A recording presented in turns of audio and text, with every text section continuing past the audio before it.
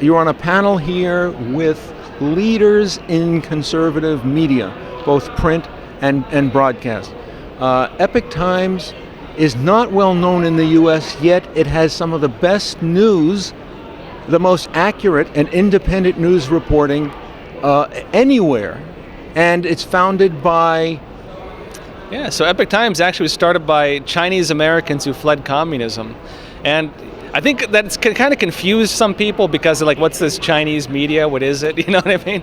But it's actually a very interesting story how it started. But it's English language. Oh yeah, English language, yeah. We're a New York-based company, started in Atlanta. We're actually New York-based right now. And I think really we're started by people who understand what tyranny looks like. They understand what it's like living under communism. And they see the writing on the wall when they see the same things that happen in China starting to happen here. And so I think we've been kind of the canary in the coal mine calling this stuff out. And a lot of the Epoch Times, I'd say, character is really just an unflinching dedication to truth. And also really, I think, standing very strong beside values. We're not afraid to speak what we think. We're not afraid to stand up for things when other people won't stand up for it. We're not afraid to call out things as they are, saying that, like a lot of the problems in this world, in this country right now, are from communist movements that have been trying to subvert things for a very long time. And where does cancel culture, I'll use an example from China, social credit score? So in China, the Communist Party there, they have a new system of social control. And they call it the social credit system. And what this is every single thing you do, from your online activity to who you're friends with, to who you associate with, to your workplace and so on, everything in your life is used to create a social score, like a credit score. In the old days, they'd say the FBI is keeping a dossier about you like John Lennon, they did. Yeah, well, I remember being in school here, they talk about your permanent record and so on. You find it maybe doesn't exist, and maybe it does exist, but in China it very much exists. For every person? For every single person, and they even include databases on non-Chinese. Even though they can't do anything with it yet. But what this does is it creates a score for you on whether you follow the doctrines of the Communist Party or whether you oppose them. And your social credit score is used to determine your freedom or your oppression in that society. The biggest part to understand with this is that is part of the China model. That is something they are exporting to every country they go to when they're building their systems, when they have Huawei going in and building internet infrastructure. Those things are included in their infrastructure. It's just a flip of a switch. Darwin, Australia, for example, already implemented part of it. Many countries in Africa already implemented part of it. A lot of countries in Latin America already implemented part of it. And if the CCP has its way, that's going to be coming here too. Okay. So when Facebook announced on March 1st that by March 17th, if you don't provide a copy of your government-issued address and name and driver's license number, we will suspend your account, which they have done to many people, including those who are not necessarily big publishers. Yeah. What's the risk in having a connection between what you post on Facebook and letting the government know that? So the difference between what's happening in China with the social credit system and what's happening here in the United States is actually not that different at all. The difference is that in China it's run by the government. In America it's run by big corporations like Facebook and Twitter and so on, getting different protections, special protections from the government, like Section 230 of the Communications Decency Act.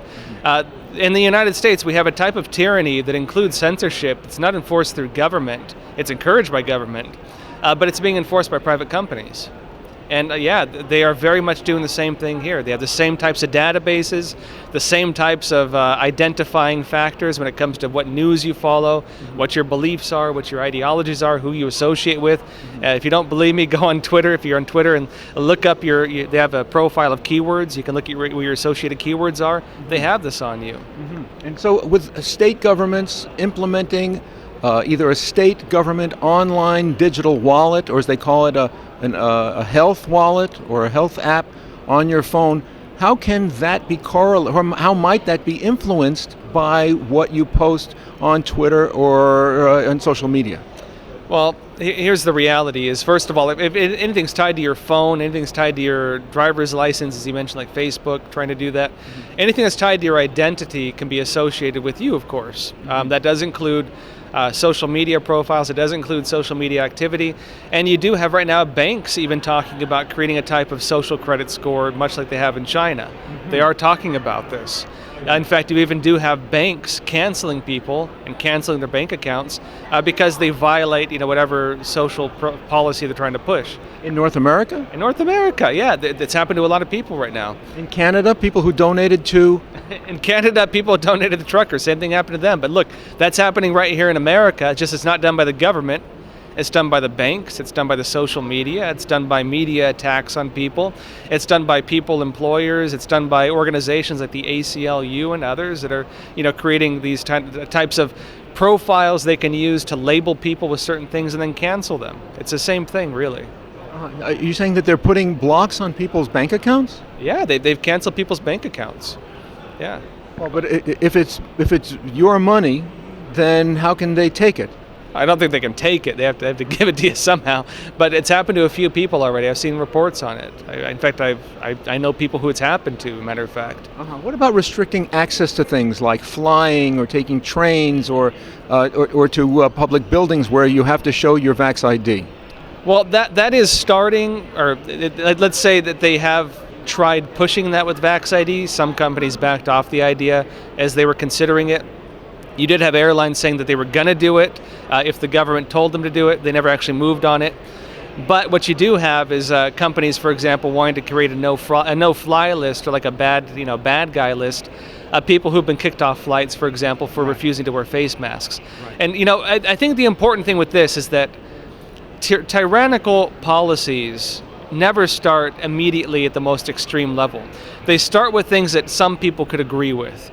I might remember media censorship. It started with Alex Jones.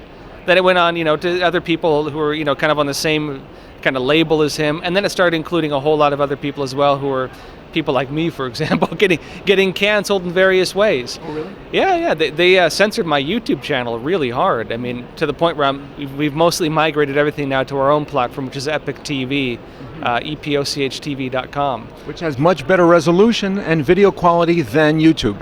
Oh, thank you. I appreciate it. Yeah. It's and it's not censored. We can actually talk about real news there and not worry about things. So if on the topics, your panel talked about, how would you describe it? So I was on a media panel today. We were mainly originally we were talking about big tech censorship and social media censorship and where the media is at today. And it really got into more of like a deeper conversation, I think, about what truth is and what the purpose of journalism is and what it means to stand up for truth. So topics about the origins of the COVID virus or about the irregularities in the 2020 election tabulation. In terms of facts, what happens to facts like that want to get out onto social media, or even articles that want to get highly rated on Google searches? Well, I know from personal experience, because I did a documentary about the origin of the Wuhan coronavirus back when it was still called the Wuhan coronavirus, coming from Wuhan, China. And we looked into, of course, just pretty much all the facts. We looked into, did it come from this Huanan seafood market, that wet market everyone's talking about? And the evidence says no. Did it come from the Wuhan Institute of Virology? And the evidence strongly suggests, very likely. And my documentary on that got about 150 million views across all platforms, and then it got attacked and censored and just pretty much into the ground. Anybody who even shared it got a note from Facebook telling them they shared fake news. But guess what? Here we are more than 2 years later, and everything I've said now turns out to be true. Yeah. Everything we reported has now been proven true. But they're not rolling it back, and they haven't sent me a letter of apology for it. Yeah. In fact, they haven't even uncensored it. In fact, if you still share it, they probably still send you a "you shared fake news" notice, even though everything in it now has now been vindicated. Same thing with the election coverage. I did a documentary shortly after the election, looking at all the different problems, and really pretty comprehensive.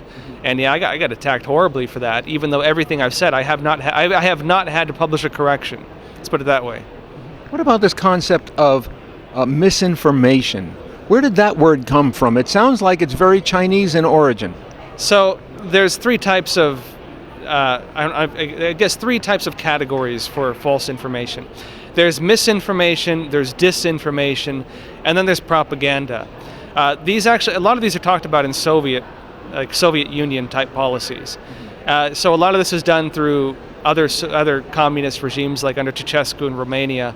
A great book on this would be Disinformation by Ion Mihai Pacepa, who's one of the highest-ranking Soviet bloc defectors. Romanian. Yes. Yeah. And so when you talk about this, misinformation is the intentional spreading of false information, which can, for example, be used for all kinds of purposes, like maybe there's truth. Maybe there's a real movement and you want to spread disinformation within its ranks in order to confuse it or discredit it. You make one person say one false statement, then you use that one false statement to discredit everything else they said. That's a strategic government use of misinformation. Disinformation is changing the footnotes of arguments. It can also be the use of false flag, things like that. This is, again, very well developed by the Soviets. It included things, for example, like them starting up nonprofit organizations, creating fake reports, and then getting major news organizations to write articles based on their reports. Eventually what happens is, so for example, the burning of the black churches in this, I believe 60s and 70s, that was Soviet disinformation. It was later proven to be disinformation. It was discredited. But by that time, the president of the United States himself had commented on it, and people to this day think it was real, even though it was not real. Only later studies looking at the evidence found that, this actually came from front organizations of the Soviet Union that were spreading disinformation. But the thing is, disinformation creates footnotes. Those footnotes are used as the sources for additional articles, and those articles change the political narrative in a country, and that is a strategic use of disinformation. And propaganda is not true or false necessarily. Propaganda is just meant to elicit an emotional response to something. Yeah, but if the press secretary at the White House deems an allegation of something which someone considers factual, they say that's misinformation. Because it comes from that level of office, what happens to the person who's uttering it?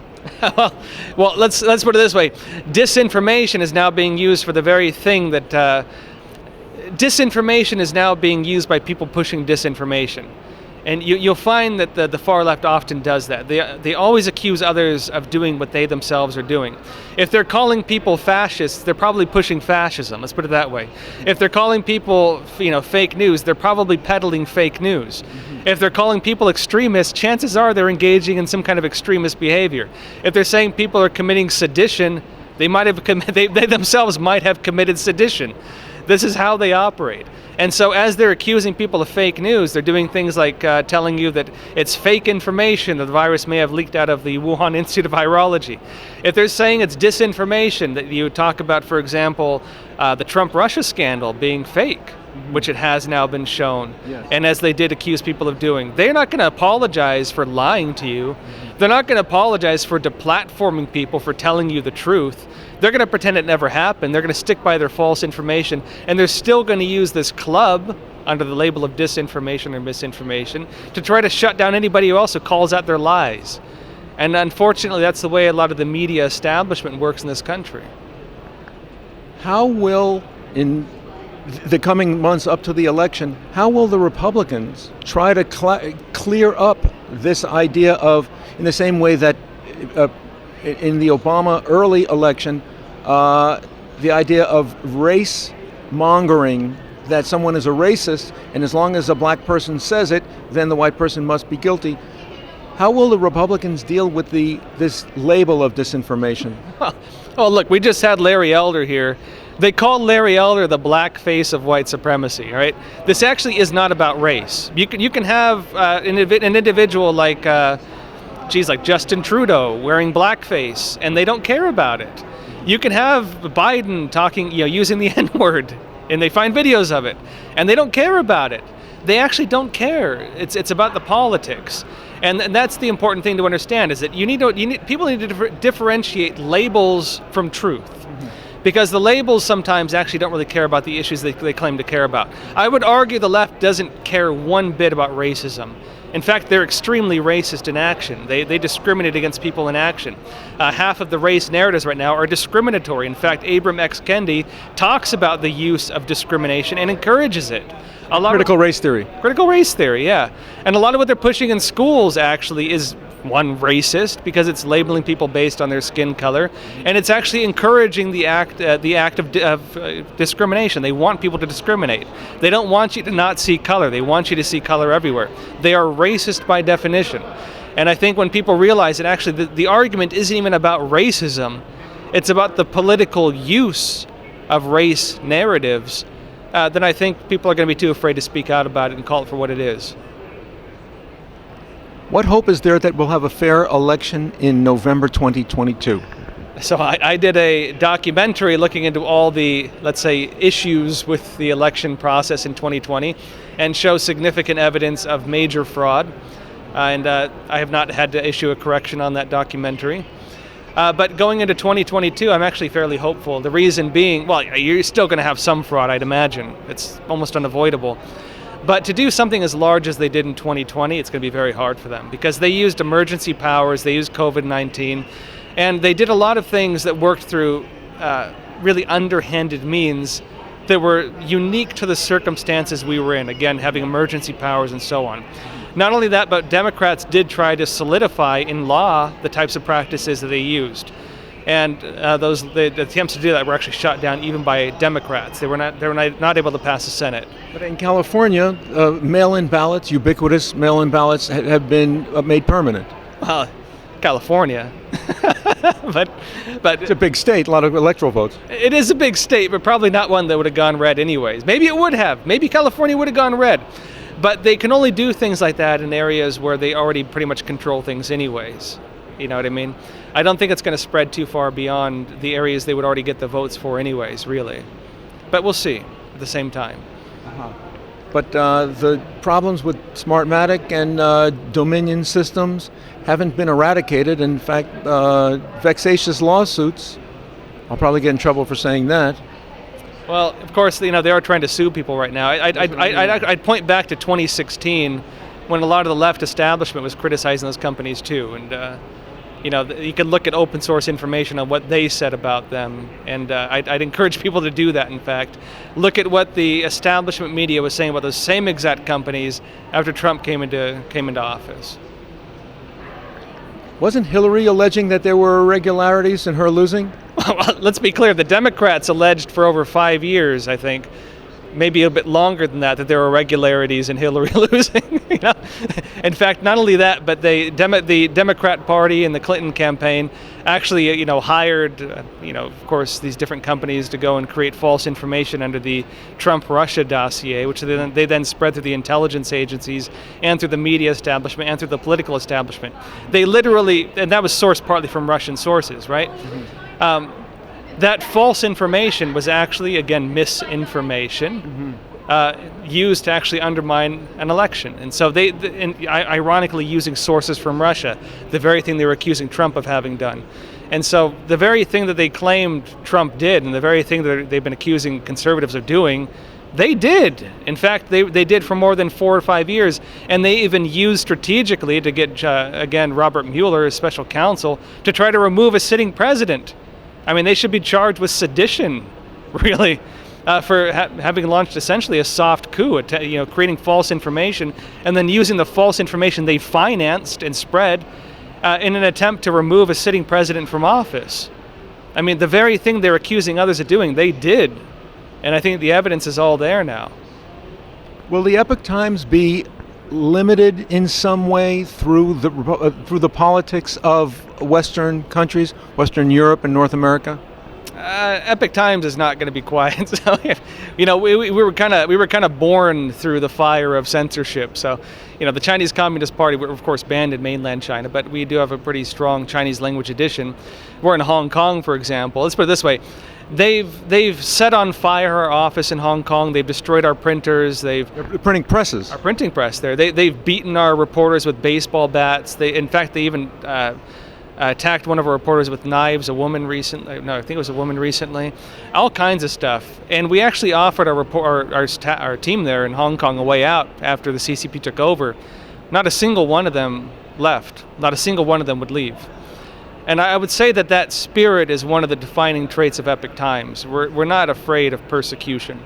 We're not afraid to tell the truth in the face of persecution. If they tell us tomorrow that we need to, lie and spread false information for the sake of staying out of prison, there could be a whole lot of us in prison. Let's put it that way. We're not going to play those games. Because it's a slippery slope. It is a slippery slope, and it's dishonest. You can't sacrifice your values because of threats of persecution. You have to stand by what you believe in and continue telling the truth, and that's, I think, what we stand for.